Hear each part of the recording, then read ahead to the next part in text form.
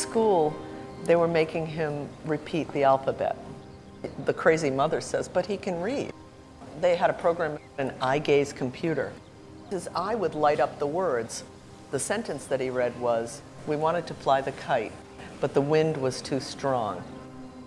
I said, so which word up there describes you? Strong, strong, strong. He was 6. I knew he could read.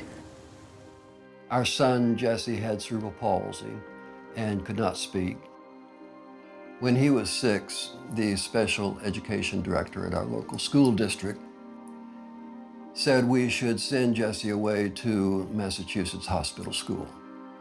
That is not what we did. We fought to have Jesse included in general education. Hey, great to meet you. Nice to meet you. Nice to meet you in person. Nice to meet you as well.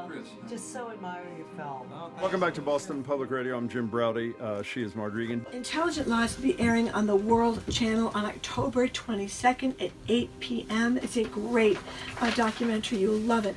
Marianne, Leone, and Chris Cooper are the executive producers. It's narrated by Chris Cooper and it's directed by Dan Habib. The thing that I take away, which is both positive but depressing to me, is every one of these young people You are smart. had a universe of people around them. Whether it was the brother of Naomi, the musician, is just unbelievable, and the whole family. So if you're a warrior mother or father, you're going to find other warrior mothers. Mm-hmm. I look at this film and I say, it comes down to community. You see that it's the immediate community that comes in to find a means to, live independently.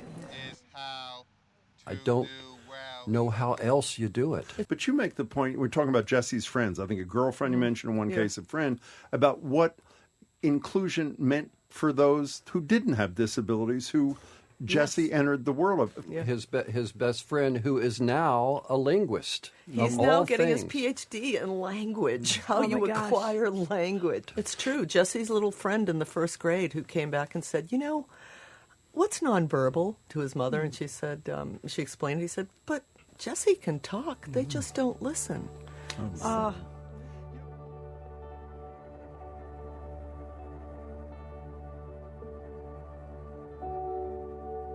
This business that we're in can be very selfish and infantilizing, self-indulgent.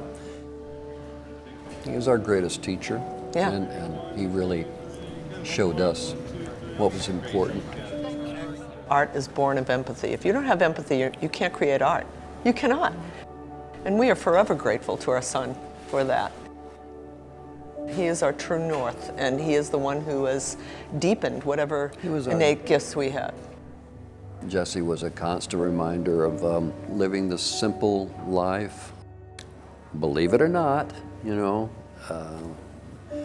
we live pretty normally.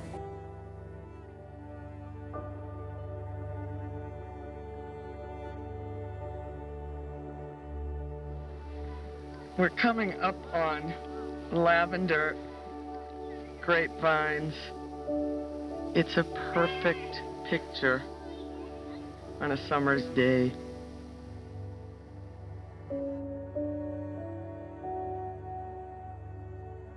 So Jesse was and still is a force in this world. We need to be able to listen to all who are marginalized by these misguided and false measurements of worth. You quoted one of his poems about what it meant to him to be a poet at the end of the film. Do you remember what you said? Here's my sure. Yeah. Here's my words. Yeah.